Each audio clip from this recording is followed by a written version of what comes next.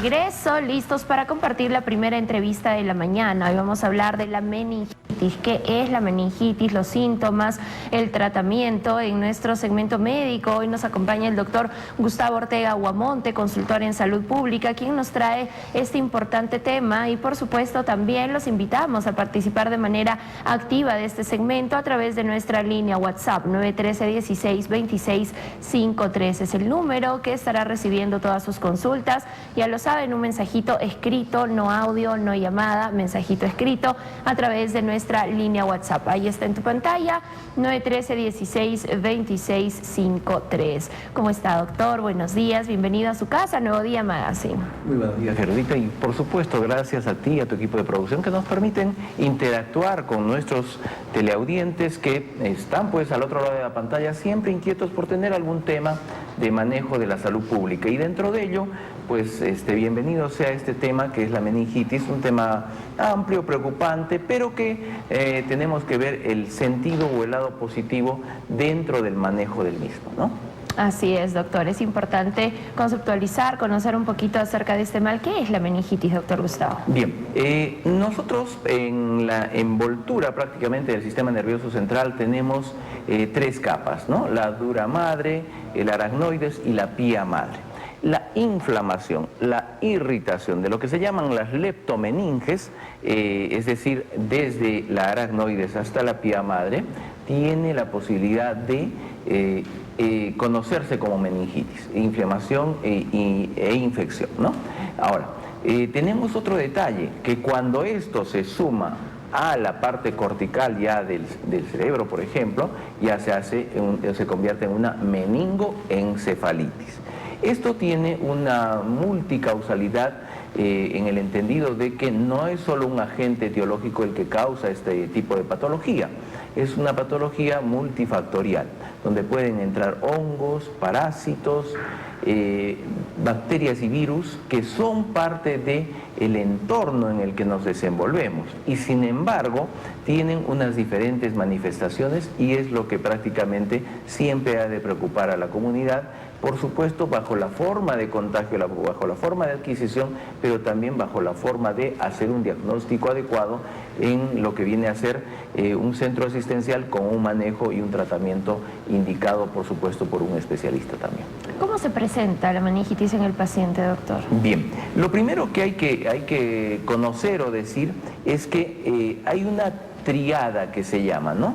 Y dentro de esta triada, lo primero que podemos detectar es la fiebre. Lo segundo es el aumento de la presión intracraneana. Y lo tercero vienen a ser los signos meningios y de focalización se llaman, ¿no? Y dentro de los cuales, pues hay tres, dentro de los cuales el especialista ha de realizar algunas pruebas en la persona que está puesta se encuentra en decúbito, y que va a permitir dentro de ellas ver también una rigidez de nuca. La nuca se vuelve rígida y paralelo a eso también se puede evaluar el Brusinski, que se llama, y el signo de Kernig, que es quizás uno de los más importantes también para la detección allí. Ahora, nosotros también tenemos que tener en cuenta que hay que pedir pruebas añadidas. En primer lugar, pediríamos un hemocultivo, un cultivo de la sangre, un cultivo de líquido cefalorraquídeo, en donde no solo vamos a apreciar el cultivo del mismo, sino las características de este líquido en cuanto a sus proteínas, presencia de glucosa, coloración del líquido y también la presión con la que sale o fluye al hacer la extracción del mismo. Entonces, dentro de ello, vamos a tener que los agentes virales son más propios de los niños, por ejemplo, ¿no? Y tienden a manifestarse de una forma interesante. Primero aparece un cuadro respiratorio, gripal, y luego, pasados 7 días, ya empieza a tener las manifestaciones, luego de haberse prácticamente desenvuelto en el interior del organismo de la persona afectada. Entonces, luego de ello va a haber No se va a presentar en sí un compromiso de los pares craneales, no va a haber un compromiso del sensorio como tal, pero va a empezar a afectar bajo esos signos y síntomas que he manifestado, dentro de los cuales, si bien es cierto, fiebre, los signos meningios y esa hipertensión endocraniana son los principales, pero también se van a añadir a ello lo que vienen a ser náuseas y vómitos. Y dentro de las náuseas y los vómitos vamos a tener la posibilidad también de tener otra manifestación que es importante describir y que por supuesto nos dicen que estamos hablando, como dije, con un periodo prodrómico, con una aparición primero de este proceso gripal, una diferencia. Ya se trata de un cuadro viral. Entre tanto, a nivel bacteriano tenemos numerosas bacterias que van afectando desde lo que viene a ser el menor de edad, el niño, el recién nacido, el lactante, el adulto y el adulto joven y el adulto mayor. Dentro de los cuales podemos indicar que está, por ejemplo, inclusive el meningococo en el niño prácticamente y el adolescente, el adulto joven, y en el adulto mayor y en las personas susceptibles ya el neumococo se convierte en la principal causal de meningitis, seguida por recién el meningococo, es decir, se invierte con respecto a los primeros años de la vida, ¿no? Entonces, esta manifestación bacteriana, por ejemplo, no tiene la etapa prodrómica, es decir, no hay un cuadro de resfrío previo, como que anuncia, ¿no? Sino que de frente ataca a la persona susceptible después de 3 días de la interacción con el germen causal pueden aparecer los signos que ya hemos referido. Miren, ¿no? Qué importante es que nosotros sepamos cómo se va desarrollando esto en el paciente, cómo varía de acuerdo a la edad también del paciente. ¿Qué tan crítico o grave es un cuadro de meningitis en el paciente, doctor? Ahora, tenemos que tener en cuenta un detalle. Sin tratamiento, el cuadro bacteriano es mortal. Entonces, si me da, me voy a hacer tratar. No. El 60% de los casos que reciben tratamiento concluye en un cuadro con secuelas. Es decir, por más tratamiento que se haya dado, hay un cuadro secuelar. Por tanto, mucho importa, aunque parezca mentira, los episodios de vacunación durante la primera infancia, porque podrían tener manifestaciones de este tipo a futuro, con la gravedad del caso, por evitar haber prevenido con el sistema de vacunación existente la posibilidad de aparición de esta enfermedad.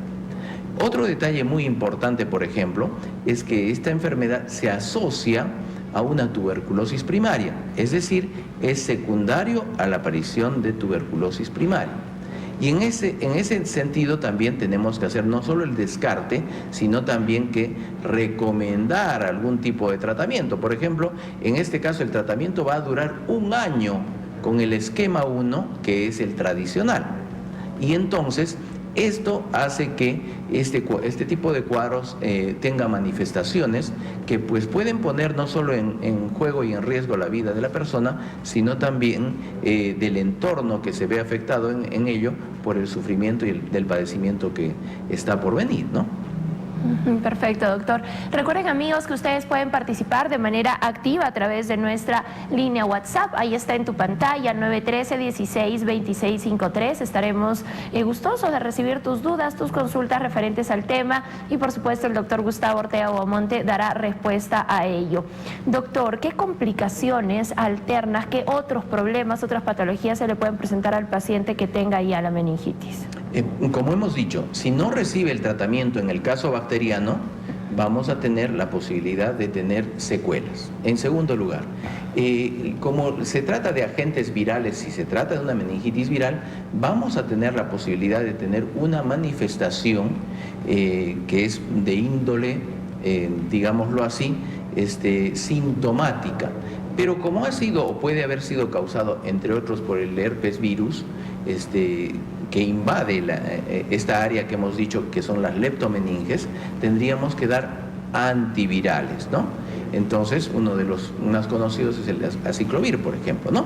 Entonces, las manifestaciones van a ir de acuerdo al grado de invasión del germen, a lo que viene a ser la cantidad de gérmenes que han ingresado también y la permisibilidad que tenga el individuo, la susceptibilidad que tenga el individuo para hacer de ese inóculo, de esa cantidad suficiente para infectar, una cantidad con mayor o menor gravedad de los signos y síntomas. Esto tiene que ser controlado desde el primer instante. Y ojo, no solo da a las personas expuestas a este tipo de gérmenes, sino también podría, y lo pongo en condicional, dado que la experticia de nuestros profesionales médicos hace que esto no sea lo primordial después de un acto quirúrgico, podría ser secuelar o consecutivo si no se tienen los cuidados domiciliarios, por ejemplo, en aparecer después de una cirugía realizada por la intervención de neurocirujanos que podrían generar esto, si es que las condiciones obviamente no son las óptimas, ¿verdad?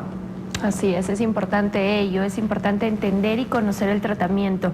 ¿Qué pasa con un paciente con este diagnóstico que ya gracias al tratamiento pudo salir adelante? ¿Hay complicaciones después, la posibilidad de volver a tenerla también? Claro que sí, no hay una inmunización por la exposición a ello.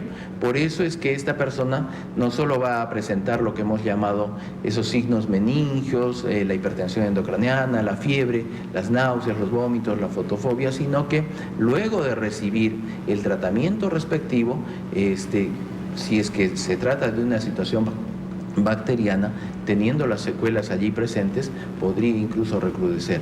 Mucho más aún en cuadros como la tuberculosis, por ejemplo, que es una enfermedad prevalente en nuestro medio y que pues llama la atención a tener no solo el chequeo de la persona afectada, sino también empezar a hacer un rastreo de los contactos cercanos de la persona para que no sean necesariamente solo pacientes que hacen el cuadro, sino portadores, y al ser portadores pudieran tener una interacción con otro tipo de germen que invada estas leptomeninges que hemos mencionado como el centro o el lugar de depósito de este tipo de gérmenes que generan pues el cuadro conocido como meningitis.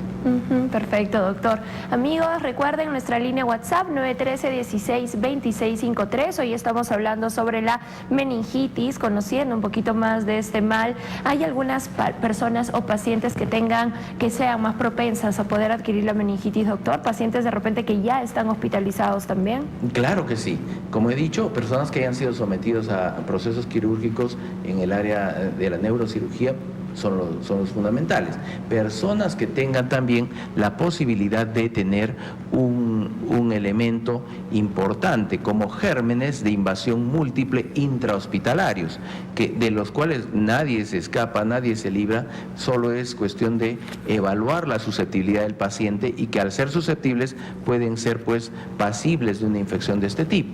De otro lado, pacientes que teniendo un cuadro inmunosupresor y donde se incluyen los pacientes, por ejemplo, oncológicos, también los pacientes trasplantados, pero también los pacientes de los cuales hablábamos hace un momento, que han padecido o tienen todavía latente el cuadro de tuberculosis y que no ha sido del todo tratado, no ha sido adecuadamente manejado y donde no solo implica un tratamiento con los esquemas convencionales previstos, sino cuando se hacen multidrogos resistentes y altamente multidrogos resistentes. Entonces esas personas son más susceptibles, por ello el seguimiento prácticamente de algunas patologías tiene que ser en el nivel intrafamiliar, en donde los contactos también puedan ser seguidos para descartar la posibilidad de otras enfermedades, de otras patologías que traigan consigo ello. Hay un germen dentro de las bacterias, por ejemplo, que es la listeria, ¿no? La listeria monocitógenes, que trae consigo la infestación de productos de origen animal, ¿no? Algunos lácteos, algunos cárnicos que pudieran verse infectados también y en su consumo, al no haber recibido un procedimiento, una preparación prácticamente para, digámoslo así, tener una especie de registro sanitario adecuado, Me explico de otra forma. Si no tiene un registro sanitario adecuado, si no tiene un proceso de sellado al vacío adecuado también, podrían estar proliferando este tipo de gérmenes, generando los cuadros que ya hemos mencionado o la sintomatología que también ya hemos mencionado. Perfecto, doctor. Atentos, amigos, ahora todos con este tema porque vamos con nuestras recomendaciones finales. Bien, lo primero es, ante la presencia de una cierta susceptibilidad, siempre tener controles periódicos posibles. Lo segundo, no descuidar los esquemas de vacunación de la primera infancia y tener pues el carné de vacunación a la mano para evaluar al niño y saber qué germen podría ser susceptible dado que no ha recibido determinado tipo de vacuna durante su primera infancia. Lo tercero sería vigilar siempre uno de los signos y síntomas que he mencionado, como es la rigidez nucal, ¿no? La persona no puede flexionar adecuadamente la nuca. Obviamente no estamos hablando de una persona que tiene una patología preexistente que está asociado, por ejemplo, a una cervicalgia, a una cefalea por estrés, eso no, sino una rigidez de nuca que se da o se manifiesta sin un previo aviso prácticamente y que obviamente trae la otra sintomatología que también hemos mencionado. Lo tercero, saber que no es solo un diagnóstico clínico, sino también se tiene que hacer una prueba laboratorial como es la del líquido cefalorraquídeo, la reacción en cadena de la polimerasa, que es otra de las alternativas para determinar la estirpe del agente causal de esta enfermedad. Y finalmente, siempre que tengamos una persona susceptible, sea inmunosuprimido, trasplantado o en proceso de curación de la tuberculosis, pues tener cuidado de a qué situaciones etiológicas lo estamos exponiendo. Por consiguiente, permitimos pues de esa manera controlar y vigilar siempre los signos de alarma que hemos mencionado también, ¿no? Perfecto, doctor. Muchísimas gracias por toda esta información. Y finalmente, para todas las personas que necesiten algún tipo de consulta médica con usted, ¿cómo lo podemos contactar? Obviamente a través del 959370460 o en redes sociales como Gustavo Ortega Guamonte. Quiero permitirme solo 30 segundos para mandar un cálido abrazo a todos nuestros profesionales médicos en el Día de la Medicina Peruana. No es el Día del Médico, es el Día de la Medicina Peruana, en que recordamos la inmolación de Daniel Alcides Carrión, nuestro epónimo héroe, al cual nosotros tenemos que seguir no solo en el afán investigativo, sino en la rigurosidad de sus procedimientos médicos, pero también en el hecho de ensalzar lo que es el médico, un ser que excepcionalmente se brinda, dado que su profesión está incluso circunscrita a nivel bíblico, pues hay que leer Eclesiastés 38, donde se habla de la labor del médico, y por supuesto estamos dichosos de haber sido elegidos en esta labor que no hace otra cosa que ponernos al servicio de los demás. Así es, ahí está. Muchísimas gracias, doctor. Un mensaje muy importante, así es que hacemos extensivo el saludo también, pues, por esta importante función, ¿no? Que nosotros, gracias a Dios, pues contamos con este derecho a la salud también, y no sería posible gracias al trabajo de todos los profesionales. Muchísimas gracias, doctor. Amigos queridos, ahí está el número en pantalla. Nos vamos a la pausa y al volver más para ustedes aquí en Nuevo Día Magazine.